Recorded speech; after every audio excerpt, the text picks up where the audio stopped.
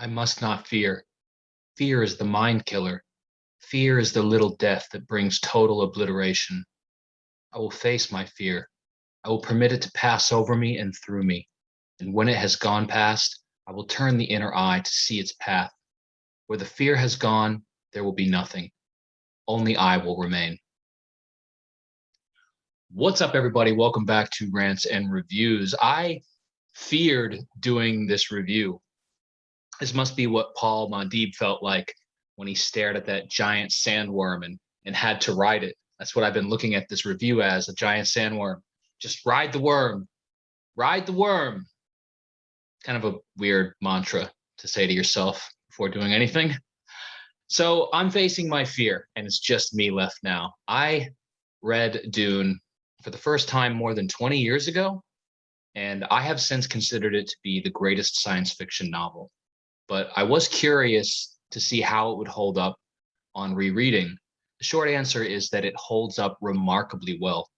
I think it's a landmark achievement and a masterpiece, not only in the science fiction genre, but in all of literature. The scope, the depth, the characters, the themes, the setting, the originality, it all synergizes together to create a timeless classic. This review will have spoilers, so beware. You want a spoiler-free review? Read Dune. It's great. Seriously, why should I do a spoiler-free review of Dune? Am I really going to convince you? Like, you've never heard of this book before, and my review is going to make you check it out? Should I also do a spoiler-free review of vegetables? Have you heard of vegetables? Yeah, you should eat them. But if I tell you what broccoli tastes like, I might ruin it for you. So there's your spoiler-free review. It's got about as much quality as my vegetable metaphor. Memory never recaptures reality. Memory reconstructs. All reconstructions change the original, becoming external frames of reference that inevitably fall short. I disagree. This book has stayed in my memory for decades. And yes, there are some big differences that I noticed this time around, but this book didn't fall short at all. The biggest difference I noticed is how Herbert tells this story. Each chapter begins with a snippet from Princess Irulan in regards to Paul Muad'Dib. It foretells Paul Atreides' ascension to power, if you know what you're reading, and dulls some of the intrigue and mystery that could have been built up during the story. I'm not critiquing this style, I'm just more aware of it this time around. It's definitely a deliberate choice by Herbert and is used throughout the book. Who's the traitor? It's Dr. Yue. The book tells you. This might be a stretch, but it reminded me of Quentin Tarantino's choice in Kill Bill to begin the movie by showing the notepad with O-Ren Ishii's name crossed off. It seems like both Tarantino and Herbert were saying, here's what's going to happen. I don't need to pique your interest with mystery or suspense because my story is that damn good. Another minor difference that I noticed from my original read concerns Duncan Idaho. I remember Idaho as being an undeniable badass, larger than life, and an incredible fighter. But he's really not in this book much at all. And when we do finally see him fight, he dies.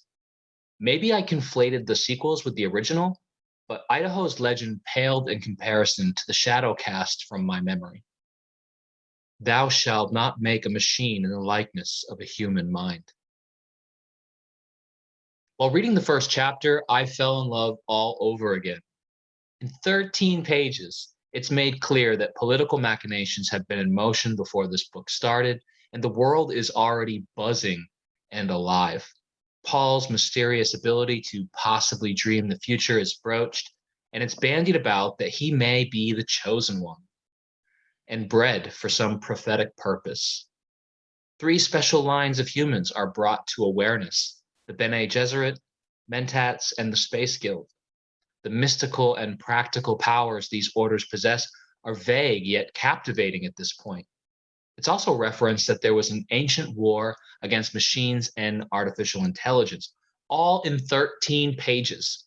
It's an impressive start. And can we talk about that war against machines and AI a bit? It might seem like a throwaway line, as it's not discussed much at all in Dune, and yet its effects are seen everywhere. There isn't much in the way of high technology and no robotics at all.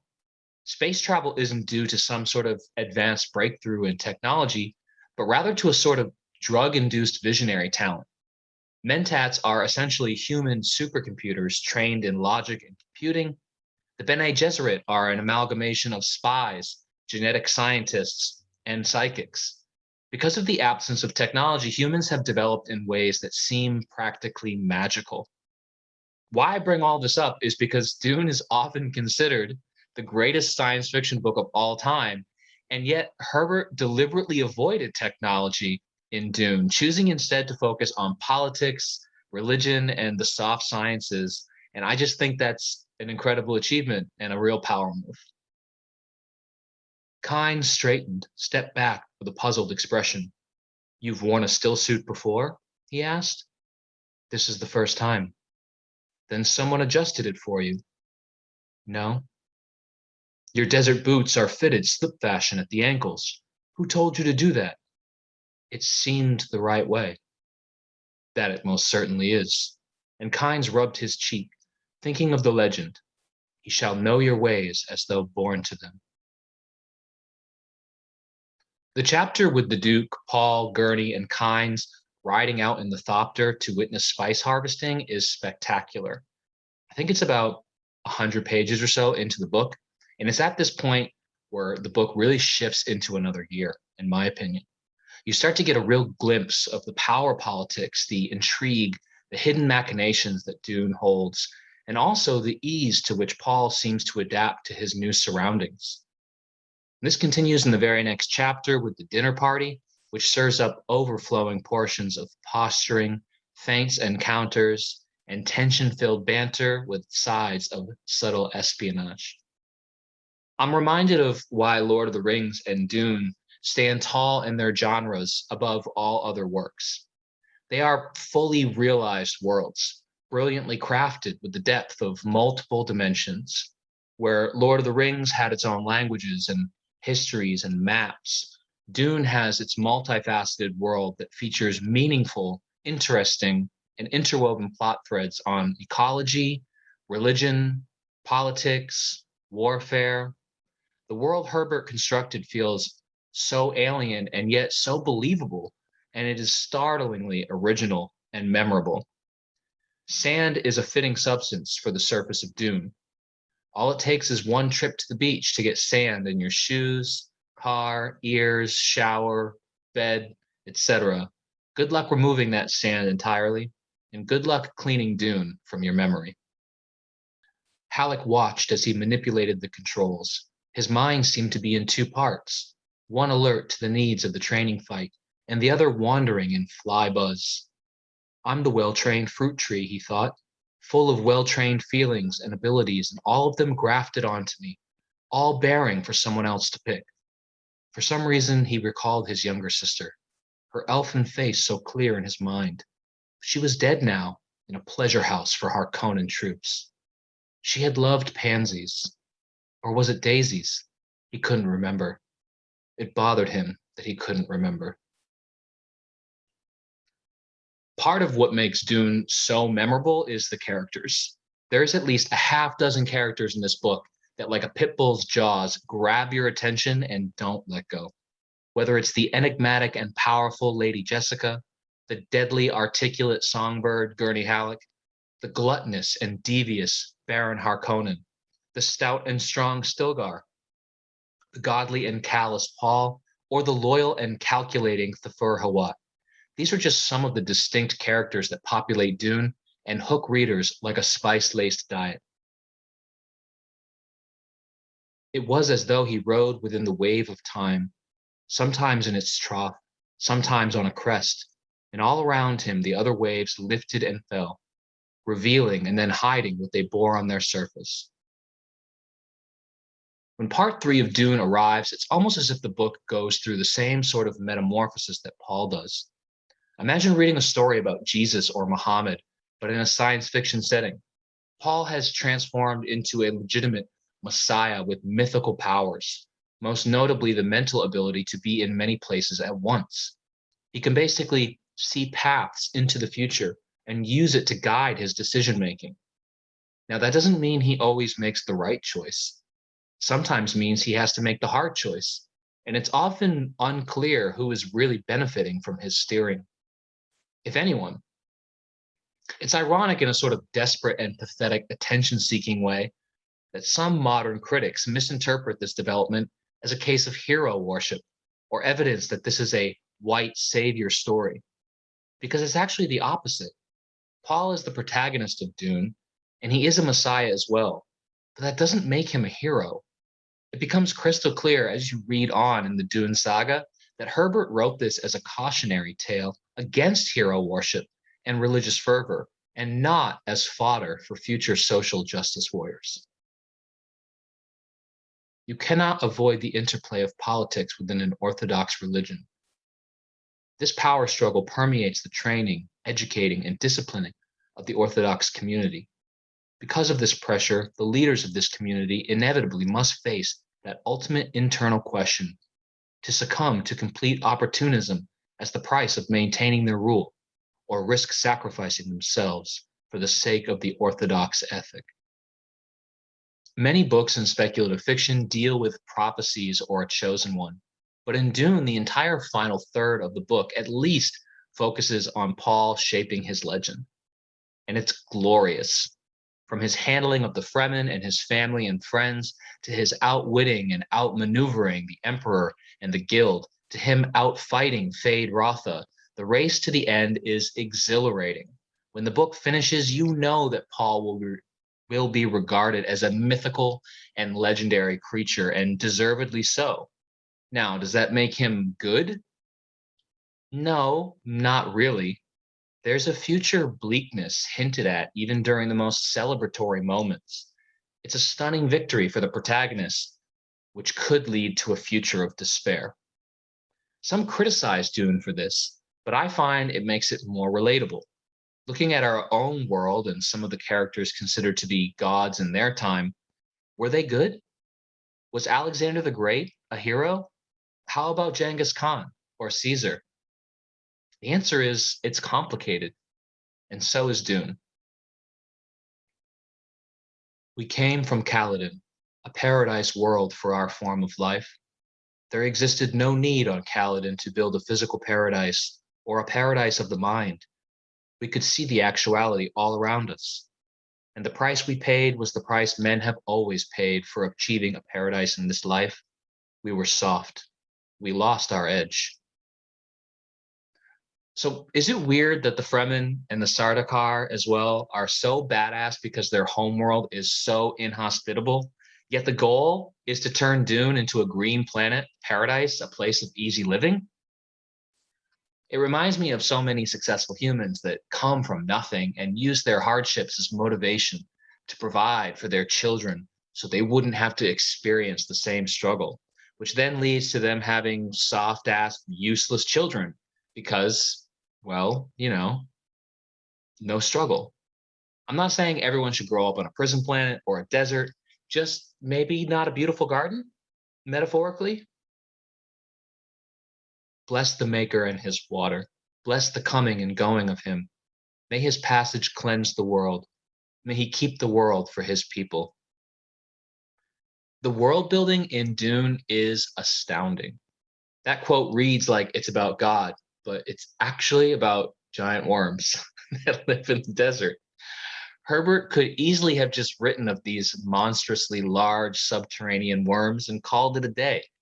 They are a brilliant creation. But the sandworms are so much more. They are interwoven into Dune's culture, religion, and ecology. They're connected to the spice. They are the key to Dune's transformation, and they are an integral part of the indigenous people's culture and identity. The sandworms are just one of many examples of thoughtful, layered, diligent, and remarkably creative world building by Herbert. If you'll excuse me, Wellington, I want another look through this wing before I assign quarters. He nodded. Of course, and he thought, if only there were some way to not do this thing that I must do. Jessica dropped her arms, crossed to the hall door, and stood there a moment, hesitating, then letting herself out. All the time we talked, he was hiding something, holding something back, she thought. To save my feelings, no doubt. He's a good man. So, does Dune have any flaws? Well, I like the writing, but I don't love it. It's a bit off putting how each character's thoughts are shared, sometimes in rapid succession. For example, that passage I just read was a conversation between Lady Jessica and Dr. Yue, where you get both of their thoughts on the same page, practically the same paragraph. Not bad exactly, just a bit of a jolt, and instances of that are peppered throughout the book. The dialogue can be clunky at times as well, and sometimes reads like how you'd imagine people talk, but not how they actually do, if that makes sense. But my major nitpick is a single one, and it's based on the entire Dr. Yue traitor plotline. As readers, we're led to believe that a soup doctor with their imperial conditioning cannot be broken, which is why no one suspects the doctor as a potential traitor. And yet, from the first moment Dr. Yue is introduced, he seems nervous and jittery. No one can pick up on this? Not a Bene Gesserit, nor a Mentat? I find it not only unbelievable, but also discrediting towards the awe and mystique that Mentats and Bene Gesserits should command. And how did the Harkonnens do the impossible and break a Sook doctor? They took his wife.